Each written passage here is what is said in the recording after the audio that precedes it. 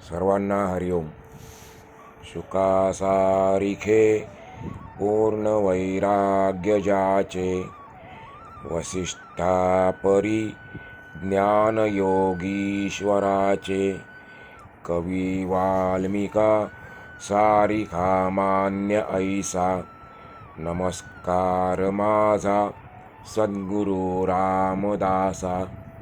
श्रीमद दासबोध दशक 8मध्ये आपण समास 8चा अभ्यास करतो आहे.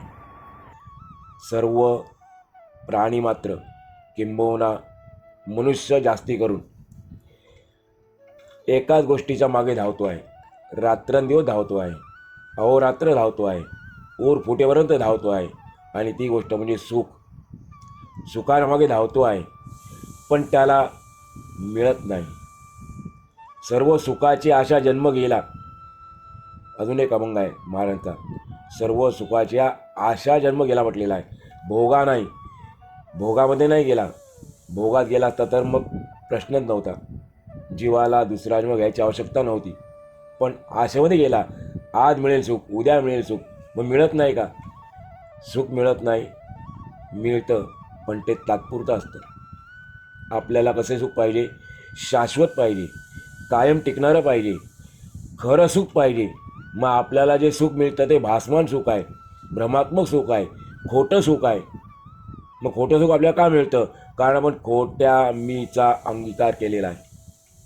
आपण खोट्या मीचा अंगीकार केल्यामुळे, खोट्या मीच्या बळी पडल्यामुळे आपल्याला खरं सुख मिळत नाही.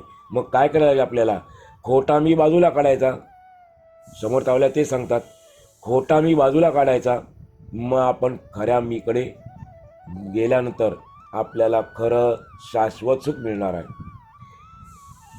आणि ते एकदा प्राप्त झाल्यानंतर मग आपल्याला कुठल्याही प्रकारची इच्छा राहणारच नाही.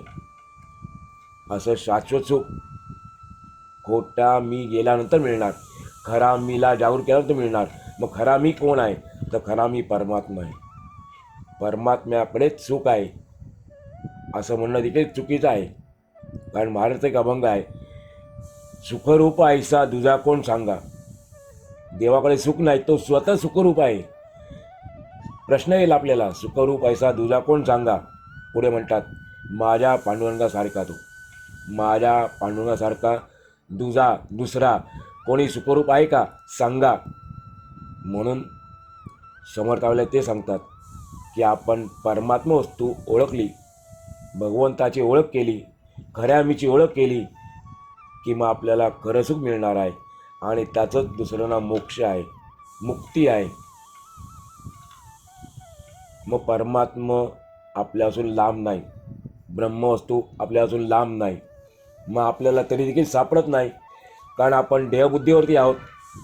जेव्हा आपली देहबुद्धी जाईल, आपल्याला विद्यावस्था प्राप्त होईल, त्यावेळेला आपल्याला परमात्मा वस्तूची प्राप्ती होईल.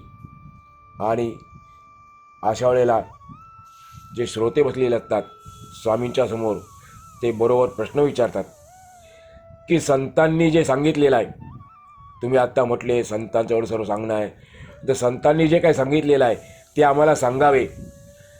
आमचा गोंधळ होतो, कोणावर विश्वास ठेवायचा, आम्ही खरा विश्वास कोणावर ठेवायचा, तेव्हा आम्हाला सांगा. त्यावेळेला स्वामीजी म्हणतात, सोहम म्हणजे तो आत्मा मीच आहे.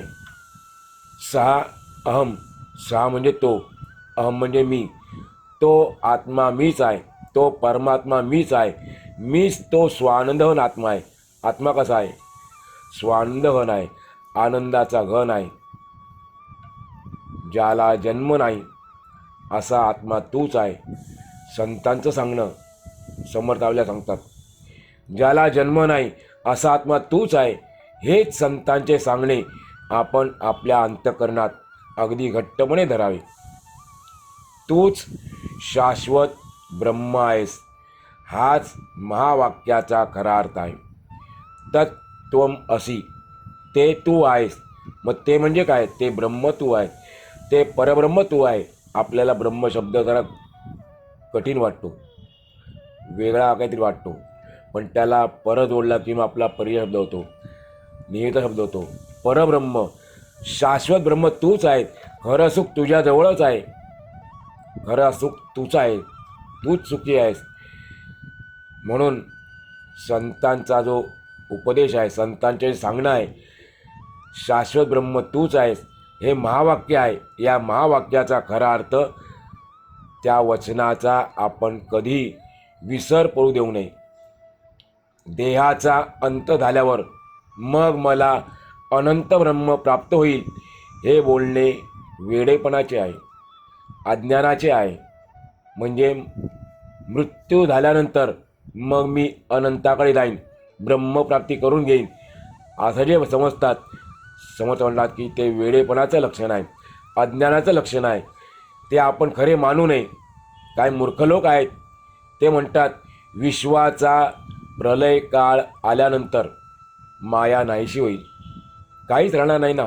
विश्वच संपलेलं असेल, माया पण संपलेली असेल, तिचा नाश झाला की आपल्याला ब्रह्मप्राप्ती होईल, एरवी नाही, असं मूर्खांचं म्हणणं आहे. कल्पांते माया नाश पावेल.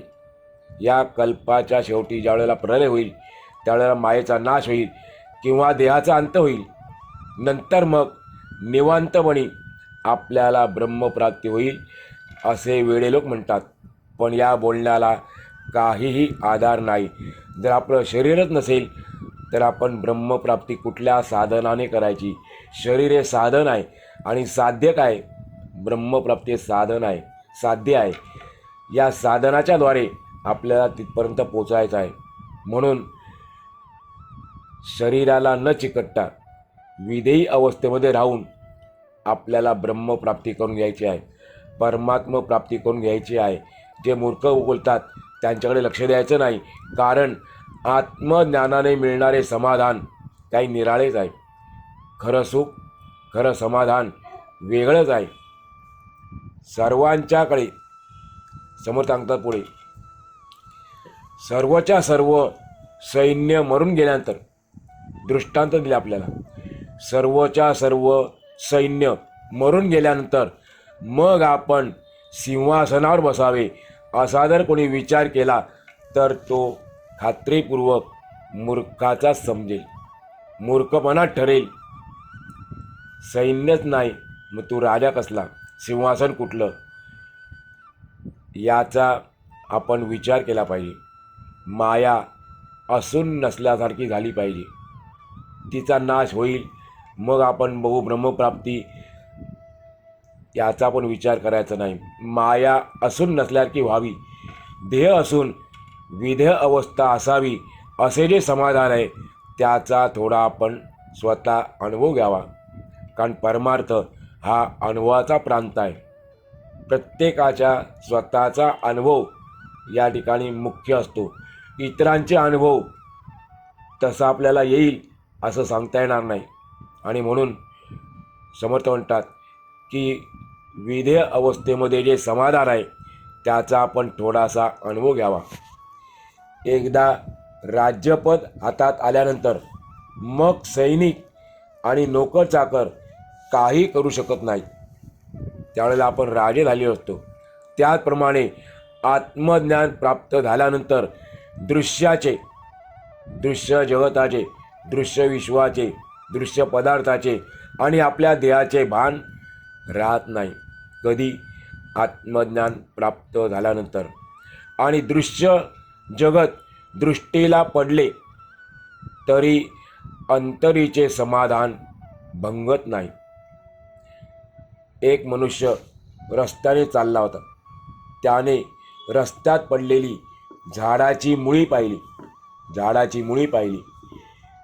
ती वेळ संध्याकाळची होती आणि त्या मुळीला पाहिल्यानंतर ती साप आहे अशी कल्पना झाल्याने तो घाबरून गेला. पण नीट पाहिल्यानंतर ती मुळी आहे, तो साप नाही, असे त्याला निश्चितपणे कळल्यावर त्याची भीती तात्काळ नष्ट झाली. त्यामुळे आता सापाला मारण्याचा प्रश्नच राहिला नाही. अगदी त्याचप्रमाणे अज्ञान अवस्थेमध्ये माया भयंकर वाटते. तीच तर भ्रम उत्पन्न करते. आपल्या मनात भ्रम उत्पन्न करण्याचं काम माया करते. पण आत्मानात्म विवेकाने मायेला आपण संपवू शकतो. आत्मानात्म विवेक केला की माया भ्रामक आहे अशी खात्री होते. आत्मज्ञान झाल्यावर मायेचे भय बाळगण्याचे कारणच उरत नाही. वाळवंटामधून चाललेल्या एका प्रवाशाला चहूकडे पाणीत पाणी पसरले आहे असे दिसले. कोणत्या प्रवाशाला? वाळवंटात चाललेल्या प्रवाशाला काय दिसलं? सगळीकडे पाणीत पाणी दिसलं. त्यातून आता पलीकडे कसे जाता येईल याची त्याला चिंता वाटू लागली. पण ते मृगजळ आहे ही गोष्ट त्याच्या लक्षात आल्यानंतर त्याचे पलीकडे राहिलेले संकट ताबडतोब नाहीसे झाले. तिथे पाणी नव्हतं, पाण्याचा भ्रम होता. मग जेव्हा कळलं ते पाणी नाही तेव्हा त्याचा भ्रम नाहीसा आला आणि त्याचं संकट होतं पलीकडे जाण्याचं ते नाहीसं झालं. अशा रीतीने मनुष्य स्वतः कल्पना करतो, चुकीच्या कल्पना करतो, भ्रमात्मक कल्पना करतो आणि त्यामुळे तो खूप घाबरतो. माया देखील आपल्या कल्पनेचाच परिणाम आहे. कल्पनेनेच आपण मायेला जन्म घातलेला आहे.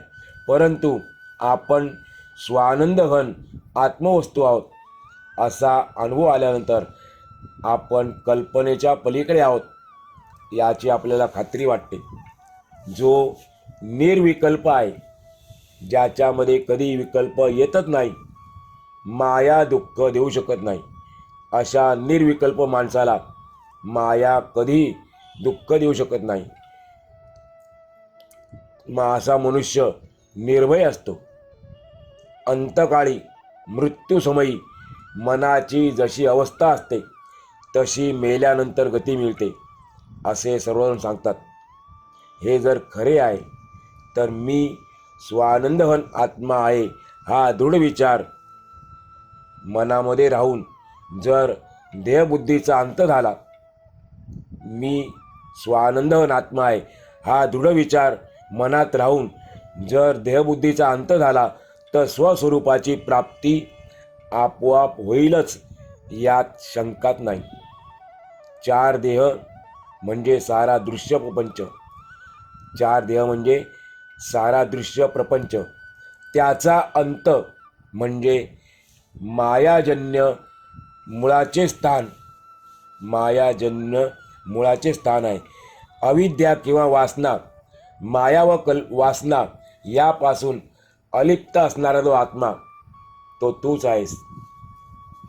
संत सांगतात आपल्याला, माया आणि वासना, अविद्या आणि वासना यापासून अलिप्त असणारा जो आत्मा आहे तो तूच आहेस अशी ज्याची दृढनिष्ठा असते, दृढ विश्वास असतो, त्याला ज्ञानाने आत्मदर्शन घडते. आत्मदर्शन होण्याकरता ज्ञान आवश्यक आहे आणि ज्ञान प्राप्त होण्याकरता संत संगती आवश्यक आहे. गती आणि अधोगती, सद्गती आणि दुर्गती या दोन्हीपासून आत्मा निराळा आहे. म्हणजे आत्म्याला अधोगतीही नाही, दुर्गतीही नाही, सद्गतीही नाही. आत्मस्वरूपाचे वर्णन करताना वेदांची मती हरली, वेदांनी हात टेकले. आत्म्याच्या ठिकाणी गती व अवगती, आत्म्याच्या ठिकाणी गती आणि अधोगती या बदलणाऱ्या अवस्थांना वावत नाही. आत्मदर्शनामध्ये शास्त्रप्रचिती, गुरुप्रचिती आणि आत्मप्रचिती या तिन्हींचा समन्वय होतो. ब्रह्मवस्तूचा स्वतःला साक्षात्कार झाला म्हणजे मी आत्मस्वरूपच आहे याचा प्रत्यय येतो. त्यामुळे मी जीव आहे ही भ्रमाची कल्पना, भ्रमाची भावना समूळ नाहीशी होते. अशा रीतीने सद्गुरूंकडून आलेल्या ज्ञानाने, उपदेशाने प्राणी उत्तम गतीला जातो. प्राणी म्हणजे मनुष्य, मनुष्य देखील प्राणीच आहे. आपण म्हणतो की मनुष्य प्राणी, प्राणीचा दुसरा तर जनावर आहे. मग आपल्या म्हणत नाहीत जनावर, प्राणी म्हणतात. मनुष्य प्राणी आहेत. आत्मज्ञानाने मनुष्य प्राणी उत्तम गतीला जातो. ज्यावेळी सद्गुरू आपले ज्ञान शिष्याला देतात त्यावेळी त्याला स्वस्वरूपाचा निधिध्यास लागतो, ध्यास लागतो. आपल्या माहिती आहे एका गोष्टीचा ध्यास लागतो आणि हा एक शब्द जोडलेला आहे, निधिध्यास उपसर्ग आहे. ज्या वेळेला गुरु आपल्या शिष्याला ज्ञान देतात त्यावेळेला त्याला स्वस्वरूपाचा निधिध्यास लागतो. एकाच वस्तूचे सातत्याने चिंतन राहू लागले की त्या वस्तूचा निधिध्यास लागला असे म्हणतात. निधिध्यासचा अर्थ किती सोपा गेला आपल्याला. निधिध्यास लागला म्हणजे काय? एकाच वस्तूचे सातत्याने सतत चिंतन करू लागले, चिंतन राहू लागले की त्या वस्तूचा निधिध्यास लागला असे म्हणतात. सत्संगामध्ये श्रवण झाल्यानंतर त्याचे मनन करावे. मननाचा उत्कर्ष होऊ लागला, मननाचा उत्कर्ष होऊ लागला मग निधिध्यास निर्माण झाला असे होते. आणि निधिध्यास निर्माण झाला की साधना स्थिर होते. समर्थ सांगतात अशा रीतीने हे टप्प्याटप्प्याने प्रगती होत जाते साधकाची. निधिध्यासाने साधक ध्येयरूप म्हणजे आत्मरूपत बनून जातो. जो आत्मस्वरूप बनतो तो सायुज्य मुक्तीचा धनी होतो. आपल्या देहासकट साऱ्या दृश्य पदार्थाचे भान नाहीसे झाले की मग सर्वत्र आत्मरूपत भासू लागते. जे संतांनी आपल्याला शिकवलेलं आहे आत्मरूप त्यांना सगळे भासत होतं म्हणून त्यांना प्रत्येकामध्ये परमात्मा दिसत होता, प्रत्येक प्राण्यामध्ये भगवंत दिसत होता. नामदेव महाराजांना कुत्र्यामध्ये दिसला, एकनाथ महाराजांना गाढवामध्ये दिसला, कारण त्यांच्या दृष्टीने हे सर्व जग कसं आहे, ब्रह्ममय आहे. आणि तसं आपल्याला देखील अवस्था यावी म्हणून सर्व संतांचे प्रयत्न आहेत.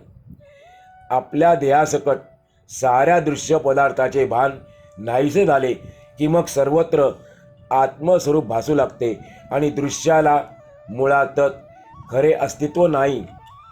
आपण जे दृश्य जगत बघतो आहे त्याला मुळामध्ये अस्तित्वच नाही आहे हे आपल्याला नंतर साधनेद्वारे कळून येते. जे खोटे आहे ते खोटे आहे असे जाणून जर पाहिले तर खोटे आहे ते खोटेपणाने अनुभवाला आले म्हणजे निसंशय आत्मज्ञान झाले असे समजावे. शब्दांचा खेळ नाही, नीट आपण लक्ष दिलं तर कळेल आपल्याला. जे खोटे आहे ते खोटे आहे असे जाणून असे समजून जर आपण पाहिले, विचार केला तर खोटे आहे ते खोटेपणाने अनुभवाला आले, ते खरे नाही असे आपल्याला अनुभवाला आले म्हणजे निसंशय आत्मज्ञान झाले असे समजावे. हे दृश्य जगत खोटे आहे हे आपल्याला जेव्हा अनुभवाला येईल त्यावेळेला आपल्याला आत्मज्ञान झाले असे समजावे आणि यालाच मोक्ष म्हणतात. हे श्रोत्यांनी पक्के ध्यानात ठेवावे. मोक्ष म्हणजे मुक्ती. मग मुक्ती म्हणजे काय? याचं नाव मोक्ष आणि मुक्ती आहे. सद्गुरूंचे वचन जो आपल्या हृदयामध्ये घट्ट धरून ठेवतो तोच मोक्षाचा अधिकारी होतो. आणि असा साधक सद्गुरूंच्या वचनाचे श्रवण आणि मनन मोठ्या आदराने आणि वारंवार सतत निरंतर करीत असतो. नुसतं श्रवण नाही करत तर तो त्यानंतर मनन देखील करतो.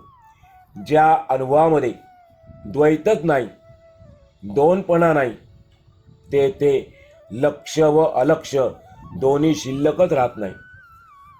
पुढे आपल्याला स्पष्ट केलेलं आहे, आपण ऐकूया लक्ष आणि अलक्ष म्हणजे काय. ज्या अनुभवामध्ये द्वैतच नाही, दुजेपणा नाही, दोनपणा नाही, तिथे लक्ष आणि अलक्ष दोन्ही शिल्लकच राहत नाही, केवळ आत्मा तेवढा शिल्लक राहतो. या स्थितीला मोक्ष म्हणतात. तेथे ध्यान आणि धारणा थांबते. ध्यानही नाही, धारणाही नाही. कल्पना निर्विकल्प स्वरूपामध्ये विलीन होते, विरून जाते आणि अत्यंत सूक्ष्म ब्रह्मस्वरूप तेवढे शिल्लक राहते. ब्रह्मस्वरूप आपल्याला व्हायचं आहे. मग ब्रह्मस्वरूप व्हायचं तर जे ब्रह्मस्वरूप जेवढं सूक्ष्म आहे तेवढं आपल्याला सूक्ष्म झालं पाहिजे, तरच आपल्याला त्याचं रूप कळेल, तर आपल्याला ब्रह्मस्वरूप होता येईल. समर्थ सांगतात, जे देहबुद्धीने घातलेले व मुळात खोटे असलेले मीपणाचे बंधन तुटले आणि वास्तविक जो अजन्म आहे, ज्याला जन्म नाही, त्या आत्म्याची जन्ममरणाच्या दुःखातून सुटका होते. अत्यंत अलिप्त असा आत्मा ज्या आसक्तीच्या रोगाने पिडला होता तो रोगच नाहीसा होतो. ज्याला कसलीही दृश्याची मर्यादा नव्हती, उपाधी नव्हती, त्याला दृश्य प्रपंचाची उपाधी जडली होती.